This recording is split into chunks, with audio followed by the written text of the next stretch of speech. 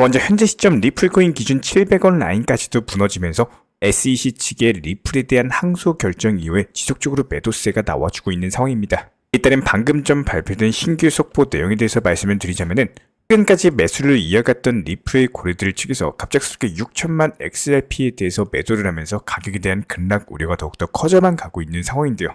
6천만 XRP면 하나로 따져봤을 때 420억 규모거든요. 매도가 결정된 지 단 하루 만에 이렇게 천문학적인 금액에 대해서 매도가 들어왔다라는 것은 그만큼 현재 리플 코인의 단기 하방 압력이 더욱더 강력하게 작용을 하고 있다는 거고, 현재 시점에서 리플 코인에 대한 단기 접근보다 충분히 낙폭을 기록을 했을 때 다시 한번 추가적인 매수 타점에 대해서 영상 통해서 말씀을 드릴 예정입니다.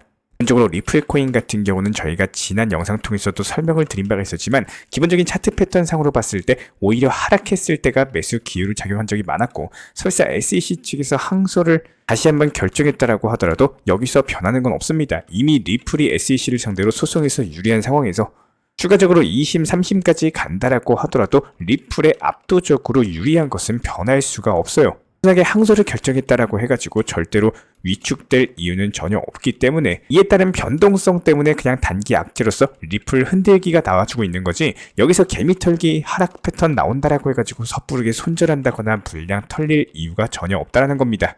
특히나 최근 리플의 항소 이슈로 인해가지고 단기적인 하락폭이 커지는 시점에서 리플에 대한 장기 투자자분들의 아쉬움이 점점 커지고 있는 투자시장은 맞습니다. 저희가 영상 내용에서도 여러 번 강조드리고 있는 내용이지만 지금 투자시장은요, 절대로 목표 타점에 대해서 높게 잡으시면 안 되는 시장입니다. 아직까지는 리플에 대해서 호재 내용들 자체가 준비되어 있다라기보다는 리플에 대해서 오히려 태클 요소들이 많이 있기 때문에 이에 따른 목표 타점에 대해서 절대 높게 잡으시면 안 된다, 누차 말씀을 드리고 있는 내용이고요. 그렇기 때문에 단기적인 관점에서 수익 실현에 대해서 쌓아나가고 오히려 바닥 구간에서 다시 한번 재매수를 통해 가지고 수량을 늘리시고 평균 단가에 대해서 낮춰나가는 전략을 세우셔야 되는 구간입니다. 특히나 현재 리플 코인에 대해서 비중이 50% 이상이거나 보유 기간 자체가 6개월에서 1년 이상인 투자자분들의 공통적인 성향이요, 기다려온 시간이 아까워서 1,000원 이상 상승을 한다라고 하더라도 매도를 안 했던 이런 기억들 때문에 단기적인 상승이 나와도 매도를 망설이거나 아니면 이번에는 더 상승하겠지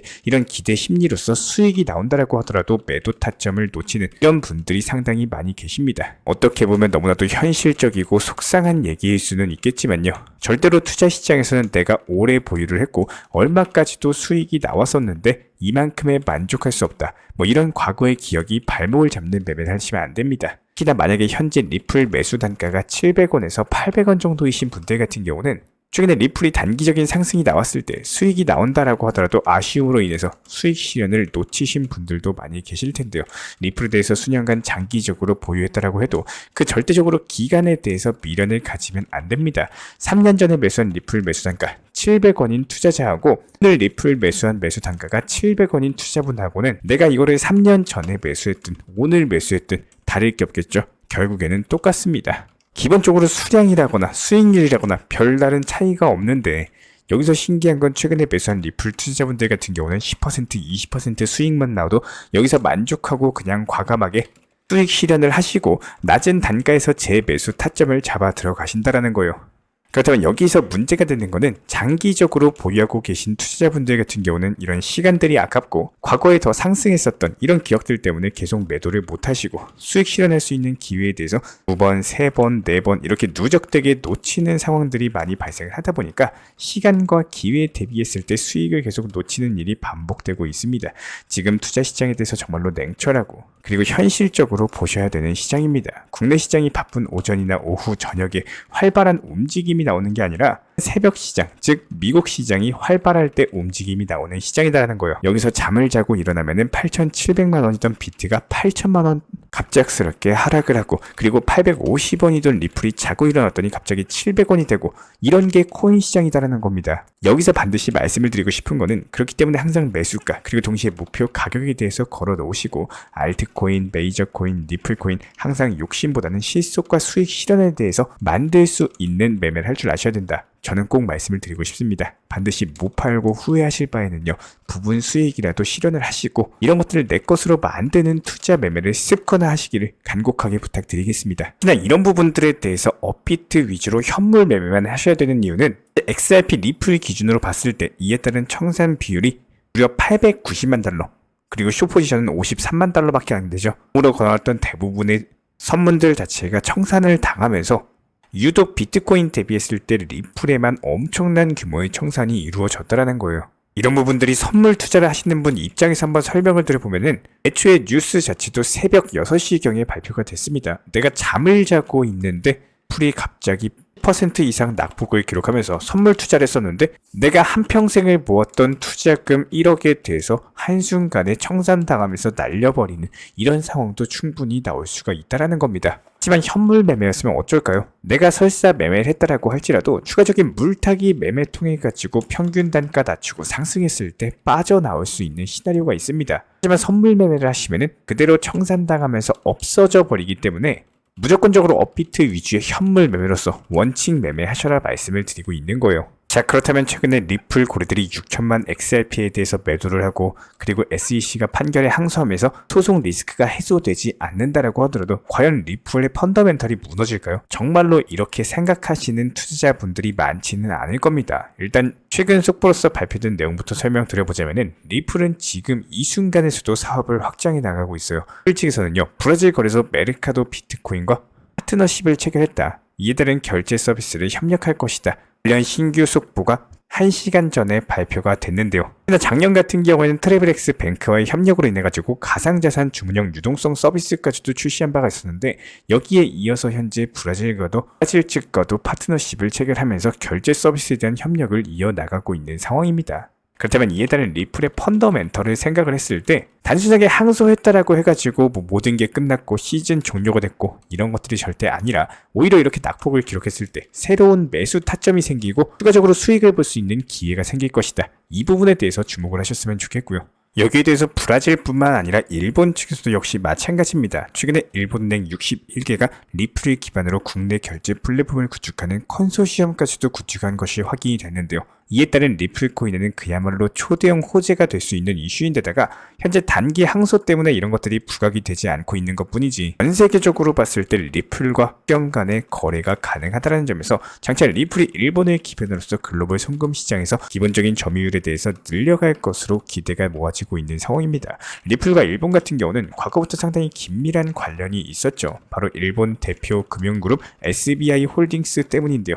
해당 SBI 홀딩스 같은 경우는 리플의 초기 투자자이자 최대 파트너사로서 리플과 함께 SBI 리플 아시아라는 합작 회사를 설립한 것은 물론이고 동남아시아 지역 그리고 일본의 글로벌 송금망에서 리플 사용을 점점 늘려가면서 리플을 전폭적으로 지지를 하고 있는 상황입니다. 해당 SBI 홀딩스의 CEO인 기타오 요시타카가 과거부터 꾸준하게 계획해온 게 있었는데 이런 것들이 바로 2025년까지 일본 내부 모든 은행들이 리플을 활용하게 해서 거래한다라는 거예요. 일본 같은 경우는 전체 거래 중에 디지털 거래가 차지하는 비중이 단 19% 정도밖에 안 될 정도로 디지털 볼모지입니다. 하지만 여기서 기타오 측에서는 일본의 블록체인 혁신의 선도적인 국가로 성장시키기 위해서는 리플을 채택해야 된다 관련 주장을 남겼고 이 결과 벌써 61개 정도의 일본은행이 리플을 기반으로서 디지털 자산 플랫폼을 활용을 하기 시작했죠.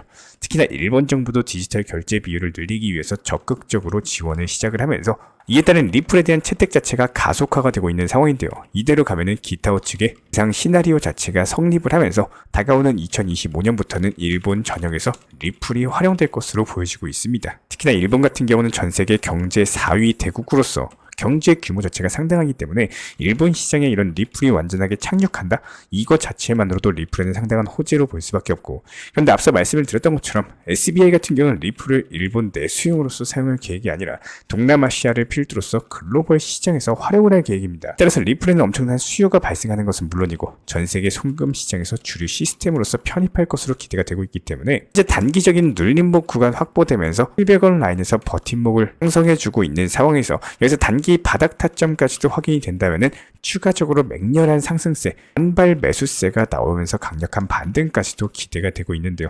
이에 따른 리플과 관련된 속보방에서는 기본적인 매수나 매도 타점 그리고 속보들에 대해서 말씀을 드리고 단순하게 중장기 보유해가지고 끝까지 가져가는 게 아니라 매수하고 매도하고 사고 팔고 하면서 수익을 극대화시켜 나가고 있습니다. 아래 보이시는 번호로서 연락 주시거나 영상 하단에 있는 댓글창 링크 통해서 신청 주시면 입장에 대한 도움 드리도록 할게요. 구독과 좋아요만 부탁을 드리겠습니다. 현재 저희 채널 차원에서 진행 중에 있는 정보방, 속보방 같은 경우는 현재 업비트 현물 종목들에 대한 매수 매도 타점을 실시간으로 말씀드리고 있고, 일단은 첫 번째로 거시경제 상황, 그리고 코인 시장 내부 속보, 현재 테마에 맞는 급등 가능한 업비트 현물 매매 타점까지도 제공 도움 드리고 있습니다. 정말 많은 우리 구독자분들께서 그때 살 걸, 그때 팔 걸, 이런 식으로 매매 타점에 대해서 헷갈려 하시는 분들이 많이 계시기 때문에 저희 쪽 속보방 통해서 5%에서 15% 정도 안타 수익으로서 사고 팔고 도움 드리고 있는 상황이고요.